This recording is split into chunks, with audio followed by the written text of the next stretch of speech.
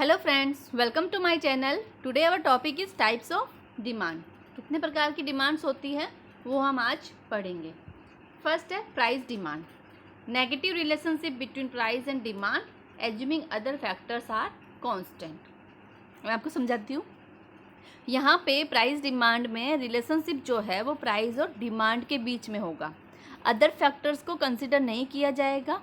Other factors means consumer का test है, उसकी प्रेफरेंस है, इनकम है, या फिर सीजन है, फैशन है, तो इन सब को कंसिडर नहीं किया जाएगा। प्राइस डिमांड में प्राइस का डिमांड पर क्या इफ़ेक्ट होगा ये देखा जाता है। अब देखो, अगर किसी प्रोडक्ट की प्राइस जो है वो कम होगी तो आप ज़्यादा डिमांड करोगे, और अगर प्राइस ज़्यादा हुई तो आप उस प्रोडक्ट की डिमांड कम करोगे। प्राइस बढ़ गई तो आप डिमांड कम कर देंगे, और अगर प्राइस कम हो गई तो आप डिमांड बढ़ा देंगे। क्या चल रहा है यहाँ पे? डायरेक्शन क्या है? अपोजिट डायरेक्शन है। मीन्स नेगेटिव रिलेशनशिप है, एक बढ़ रहा है और एक कम हो रहा है। नेगेटिव रिलेशनशिप है तो यही है। प्राइस डिमांड में क्या होता है? नेगेटिव रिलेशनशिप होता है प्राइस और डिमांड के बीच में, और अदर जो फैक्टर्स हैं उनको हमें कांस्टेंट मानना है। फिर आती है इनकम डिमांड। अब इनकम डिमांड में क्या है? Positive relationship in case of normal goods and negative relationship in case of inferior goods. अब क्या होता है नॉर्मल गुड्स और क्या होता है इंफीरियर गुड्स, मैं आपको बताती हूँ। इनकम डिमांड पहले आप समझिए। इनकम डिमांड में क्या होता है? इनकम डिमांड, इसमें क्या होता है? इनकम और डिमांड के बीच में रिलेशनशिप देखा जाता है। अदर फैक्टर्स को हमें कांस्टेंट मानना है। अब नॉर्मल गुड्स क्या होता है? नॉर्मल गुड्स के केस में क्या होगा? अगर हमारी इनकम बढ़ेगी तो हम डिमांड भी ज़्यादा करेंगे। नॉर्मल गुड्स वो होते हैं जिनकी क्वालिटी अच्छी होती है, और इन्फीरियर गुड्स वो होते हैं जिनकी क्वालिटी लो होती है। लो क्वालिटी के गुड्स जो होते हैं वो इन्फीरियर गुड्स होते हैं। अब आप सोचिए, अगर आपकी इनकम बढ़ गई है तो आप कौन से प्रोडक्ट खरीदेंगे? लो क्वालिटी वाले खरीदेंगे या फिर नॉर्मल गुड्स जो हाई क्वालिटी है वो खरीदेंगे? ऑब्वियसली अगर आपके पास में इनकम बढ़ गई है और आपके पास में पैसा है तो आप जो है वो नॉर्मल गुड्स जो है वो उसकी डिमांड बढ़ा देंगे, हाई क्वालिटी के प्रोडक्ट। मतलब आपकी इनकम भी बढ़ रही है और आपने नॉर्मल गुड्स को बाय किया तो उसकी डिमांड भी बढ़ रही है। मतलब दोनों क्या है? सेम डायरेक्शन में जा रहे हैं। इनकम भी बढ़ रही है आपकी और आप नॉर्मल गुड्स ज़्यादा बाय कर रहे हैं क्योंकि आपके पास पैसा है, तो नॉर्मल गुड्स की डिमांड भी बढ़ रही है। दोनों बढ़ रहे हैं तो ये क्या हुआ? पॉजिटिव रिलेशनशिप हुआ। नॉर्मल गुड्स के केस में पॉजिटिव रिलेशनशिप हो गया। अब इन्फीरियर गुड्स के केस में नेगेटिव कैसे रिलेशनशिप है? क्योंकि इन्फीरियर गुड्स क्या है? लो क्वालिटी के है। अब आपकी इनकम बढ़ गई, आपकी इनकम बढ़ी, आपके पास में पैसा आया, तो आप क्या लो क्वालिटी के प्रोडक्ट खरीदेंगे? उसकी डिमांड तो कम हो जाएगी, हाई क्वालिटी वाले प्रोडक्ट की डिमांड बढ़ेगी। तो आपकी इनकम बढ़ने से इन्फीरियर गुड्स की जो डिमांड है वो क्या हो रही है? कम हो रही है। मतलब एक इनकम बढ़ रही है और डिमांड कम हो रही है, तो ये नेगेटिव रिलेशनशिप हुआ। इन्फीरियर गुड्स के केस में नेगेटिव रिलेशनशिप होगा और नॉर्मल गुड्स के केस में पॉजिटिव रिलेशनशिप होगा। ये थी इनकम डिमांड। फिर आती है क्रॉस डिमांड। क्रॉस डिमांड में क्या होता है? Price of related goods like substitute goods and complementary goods. Cross demand वो होती है जहाँ पे हम किसी कमोडिटी की डिमांड का अदर कमोडिटी जो रिलेटेड गुड्स हैं उनकी प्राइस के साथ रिलेशन देखते हैं, लाइक सब्स्टिट्यूट गुड्स और कॉम्प्लीमेंट्री गुड्स। ये रिलेटेड गुड्स हैं। अब सब्स्टिट्यूट गुड्स क्या होते हैं? Substitute goods for example T और कॉफ़ी है। सब्स्टिट्यूट गुड्स वो होते हैं जो एक दूसरे मतलब सिमिलर होते हैं, लेकिन हम दोनों को साथ में कंज्यूम नहीं करेंगे, किसी एक को ही कंज्यूम करेंगे। टी और कॉफ़ी दोनों ड्रिंक है और दोनों एक दूसरे की सब्स्टिट्यूट है। कभी कभी हम इवनिंग में सोचते हैं आज टी नहीं कॉफ़ी पी लेते हैं, मतलब दोनों एक ही काम कर रहे हैं हम, है ना? दोनों एक ही जगह यूज हो रही है। अब आप टी पिए जा रहे हो और टी की प्राइस एकदम से बढ़ गई तो आप कुछ दिन के लिए कॉफ़ी पी लोगे। टी बहुत ज़्यादा महंगी हो गई है तो आप क्या करोगे? टी पी रहे थे आप, लेकिन आप क्या करोगे? जब तक प्राइस कम नहीं होगी टी की, कुछ दिन के लिए आप कॉफ़ी पी लोगे। मतलब मीन्स क्या हुआ? डिमांड शिफ्ट हो गई टी से कॉफ़ी में। दोनों साथ में तो नहीं पी रहे हैं, आप कोई एक ही पी रहे हैं, तो सब्स्टिट्यूट है ना ये टी और कॉफ़ी एक दूसरे के। अब आप ये नहीं बोलना कि मैम हम तो टी के नशेड़ी हैं और टी ही पियेंगे। तो बच्चों हमें यहाँ पे अदर फैक्टर्स को कांस्टेंट रखना है, मतलब हमारे टेस्ट को, हमारे प्रेफरेंस को, हमारी इनकम को, इनको क्या रखना है? कांस्टेंट रखना है। यहाँ आपकी हैबिट्स, प्रेफरेंस, टेस्ट नहीं देखा जाएगा। यहाँ पे सिर्फ सब्स्टिट्यूट गुड्स में ये देखा जाता है कि किसी एक की डिमांड बढ़ने से दूसरे की प्राइस पे क्या इफेक्ट होता है। ठीक है, तो सब्स्टिट्यूट गुड्स ये होते हैं। और कॉम्प्लीमेंट्री गुड्स क्या होते हैं? कॉम्प्लीमेंट्री गुड्स जो कि दोनों को हमें साथ में कंज्यूम करना होता है। सब्स्टिट्यूट गुड्स में 2 प्रोडक्ट हैं लेकिन दोनों को हम एक साथ कंज्यूम नहीं करते हैं, किसी एक को ही करते हैं, है ना। लेकिन कॉम्प्लीमेंट्री गुड्स क्या होते हैं? जिनको हमें दोनों को साथ में कंज्यूम करना है। Like for example pencil and eraser, torch and battery, samosa and potato. समझ में आ रहा है आपको? दोनों तो हमें साथ में ही लेना पड़ेगा ना। किसी एक प्रोडक्ट की प्राइस ज़्यादा हो जाने से दूसरे प्रोडक्ट की डिमांड कम हो जाएगी। ठीक है, अब आप ही बताइए सब्स्टिट्यूट गुड्स के केस में और कॉम्प्लीमेंट्री गुड्स के केस में डिमांड क्या होगी? सब्स्टिट्यूट गुड्स के केस में डिमांड जो होगी वो पॉजिटिव होगी। कैसे? देखो, टी और कॉफ़ी सब्स्टिट्यूट गुड्स थे। आप टी पी रहे हैं, टी की क्या हो गई? प्राइस बढ़ गई। समझने की कोशिश कीजिए, टी की जो प्राइस बढ़ गई, आपने क्या पीना शुरू कर दिया? कॉफ़ी, मतलब कॉफ़ी की डिमांड बढ़ गई। दोनों बढ़ रहे हैं, दोनों सेम डायरेक्शन है, मतलब एक बढ़ रहा है तो दूसरा भी बढ़ रहा है। बस फर्क इतना है कि एक की प्राइस बढ़ रही है तो दूसरे की डिमांड बढ़ रही है, लेकिन बढ़ तो रहे हैं। इसलिए हम कहते हैं कि सब्स्टिट्यूट गुड के केस में क्या होता है? पॉजिटिव डिमांड होती है। कॉम्प्लीमेंट्री गुड्स के केस में क्या होता है? नेगेटिव रिलेशनशिप होता है। नेगेटिव कैसे होता है?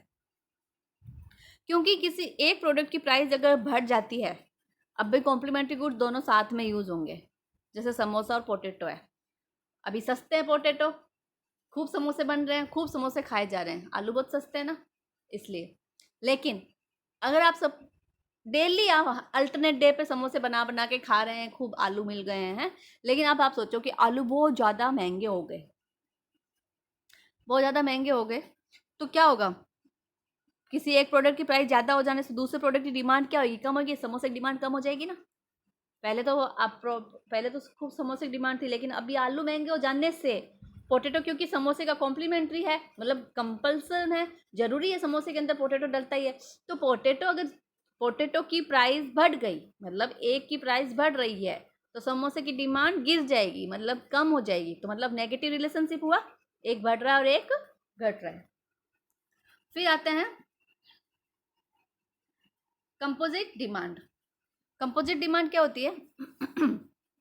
सॉरी, जिस कमोडिटी के सेवरल यूजेस हो वो होती है कंपोजिट डिमांड। लाइक मिल्क है, सिमोलिना है ना। मिल्क से आप क्या क्या कर सकते हैं? दूध को पी सकते हैं, दही जमा सकते हैं, स्वीट्स बना सकते हैं। एक मिल्क से बहुत यूज है, बटर मिल्क बना सकते हैं, है ना। और वाटर है, वाटर का भी बहुत यूज़ है। इलेक्ट्रिसिटी है, इलेक्ट्रिसिटी का भी बहुत यूज़ है। तो जब the demand for a commodity which can be put to several uses like milk, water, electricity, तो उसको हम क्या कहेंगे? Composite demand. फिर आता है autonomous demand. Those goods which directly satisfy our wants and said to have direct demand, clothes, books, food, shoes, etc. Means ऐसे goods जो डायरेक्टली हमको सेटिस्फाई करते हैं हमारी वांट्स को, और इनको हम डायरेक्ट डिमांड भी कहते हैं, क्योंकि कपड़े हैं, हाउस है, खाना है, फूड है, ये तो हमारे लिए क्या है? डायरेक्ट डिमांड है, इनकी तो हम डिमांड करते ही हैं। तो ये क्या होती है? ऑटोनोमियस डिमांड होती है। Derive demand, whose demand depends on the demand for other goods। देखो, हाउस क्या है? हाउस हमारी ऑटोनोमियस डिमांड थी, डायरेक्ट डिमांड थी, घर की हमको सबको जरूरत है, तो हाउस हमारी ऑटोनोमियस डिमांड है। अब घर बनाने के लिए सीमेंट चाहिए, तो वो क्या हुई? डिराइव डिमांड हुई।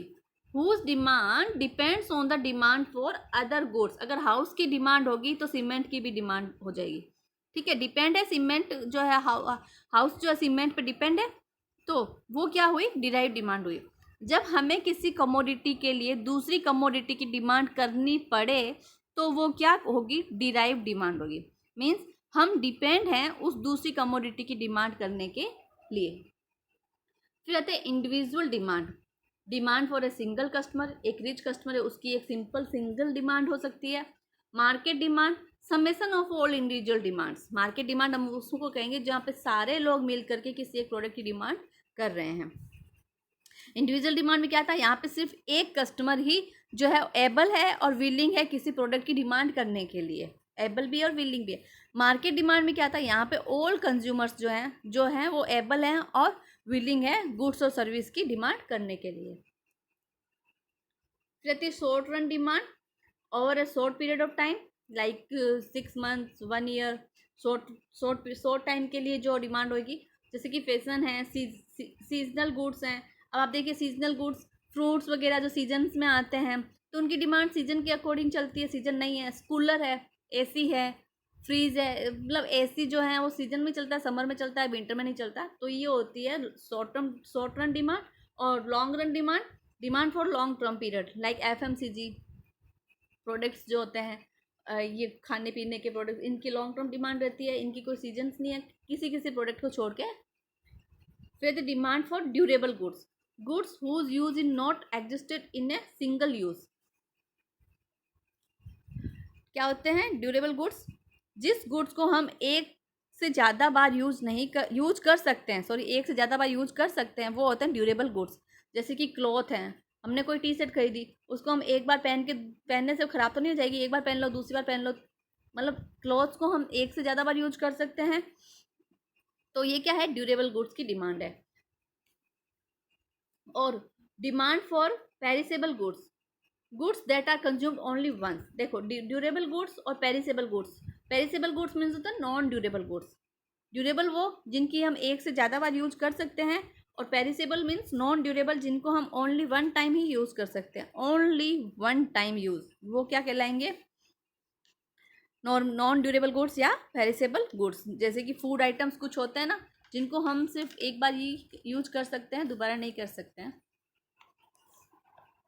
फिर आते हैं कॉम्पिटिटिव गुड्स। कॉम्पिटिटिव गुड्स कैसे सॉरी, कोक और पेप्सी। कोक और पेप्सी क्या है, सॉफ्ट ड्रिंक्स हैं जो डिमांड किसी गुड्स की सेल को compete करे, मतलब कंपटीशन हो। और जैसे कि अगर पेप्सी की प्राइस बढ़ी तो लोग कोक की डिमांड करेंगे, दोनों ही सॉफ्ट ड्रिंक्स हैं, है ना। पेप्सी की प्राइस बढ़ जाएगी तो लोग कोक पीना शुरू करेंगे, कोक की प्राइस बढ़ जाएगी तो लोग पेप्सी पी लेंगे, थम्स अप पी लेंगे। तो ये होती है जो किसी एक जो प्रोडक्ट किसी एक प्रोडक्ट की कॉम्पीट करे, कॉम्पिटिशन में हो, तो वो क्या होती है, कॉम्पिटिटिव गुड्स की डिमांड होती है। फिर होती है alternative demand, when want can be satisfy by various alternatives. अब देखो हमारी जो इच्छाएं होती है, कभी कभी क्या होती है कि सपोज आपको भूख लगी हुई है बहुत तेज, है ना, और आपका मन करे कि मैं पिज़्ज़ा खा लूँ, ठीक है। अब भूख लगी हुई है तो पिज़्ज़ा आपको नहीं मिल रहा है, पिज़्ज़ा की जगह आपको फ्रूट्स मिल गए हैं या दाल रोटी वगैरह कुछ मिल गया है, तो मतलब कर क्या रहे हैं, सब चीज़ क्या कर रहे हैं, आपकी भूख को कम करेंगे। पिज़्ज़ा खाओगे तब भी आपको भूख लगे तो आपकी भूख कम हो जाएगी, फ्रूट्स खाओगे तब भी दाल रोटी सब्जी कुछ भी मिलेगा, आपको भूख लगी उस टाइम पे। तो अल्टरनेटिव डिमांड वो होती है जो हमारी जो वेरियस अल्टरनेटिव्स के थ्रू जो हमारी वांट्स को सेटिस्फाई करे। फिर आती है ऑर्गेनाइजेशन डिमांड। देखिए इसको अच्छे से समझिए, ऑर्गेनाइजेशन डिमांड क्या होती है, the demand for the product of an organisation at given price over a point of time is known as a organisation demand. देखो टोयोटा कार क्या है, कार की इंडस्ट्री में टोयोटा एक ब्रांड है, कार की इंडस्ट्री में टोयोटा एक ब्रांड है, ठीक है। तो अगर टोयोटा कार की डिमांड है तो वो क्या है, ऑर्गेनाइजेशन डिमांड है। और अगर वेरियस ब्रांड को देखें, जैसे कि कार की मारुति भी है, टाटा भी है, हुंडई भी है, तो वो क्या होगी, इंडस्ट्री डिमांड होगी। अगर हम पर्टिकुलर एक ऑर्गेनाइजेशन की बात करें कार के मामले में, तो हम सिर्फ टोयोटा को लेके चले तो टोयोटा की जो है वो डिमांड, कभी कभी जैसे एक प्रोडक्ट की डिमांड बहुत ज़्यादा हाई हो जाती है, लोग जैसे टोयोटा की कार खरीदेंगे, तो वो होगी ऑर्गेनाइजेशन डिमांड। लेकिन अगर हम कार की और कंपनीज को लेके चलते हैं, मारुति टाटा हुंडई, तो अगर कार की ही इन सब ब्रांड्स को अगर हम इंक्लूड करते हैं तो वो हमारी कहलाती है industry demand. The sum total of demand for product of all organisation in a particular industry is known है इंडस्ट्री डिमांड। मतलब ऑर्गेनाइजेशन डिमांड वो होती है जो एक पर्टिकुलर ऑर्गेनाइजेशन की बात करते हैं, और इंडस्ट्री डिमांड जब वहाँ पे हम और टोटल ऑर्गेनाइजेशन को ले लेते हैं। तो ये था मेरा आज का topic, types of demand. I hope कि आपको अच्छा लगा होगा। Thank you.